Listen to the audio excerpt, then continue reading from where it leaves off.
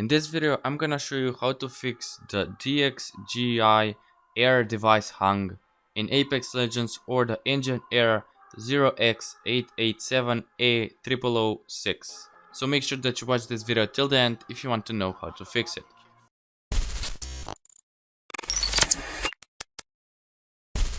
Before we start, I just want to say subscribe to my channel and like this video if it helps, and let's start. So first of all, what you want to do is open Origin,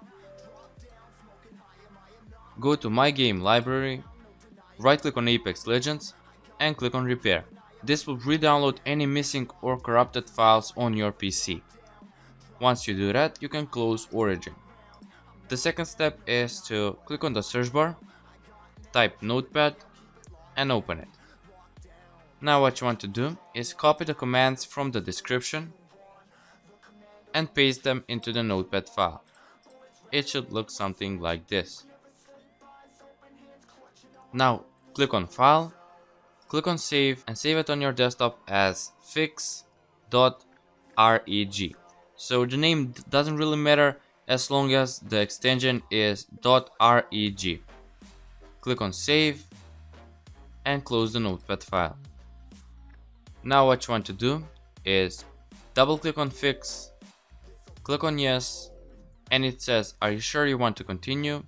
Click on Yes, and it says that the keys and values contained in the file have been successfully added to the registry, and click on OK.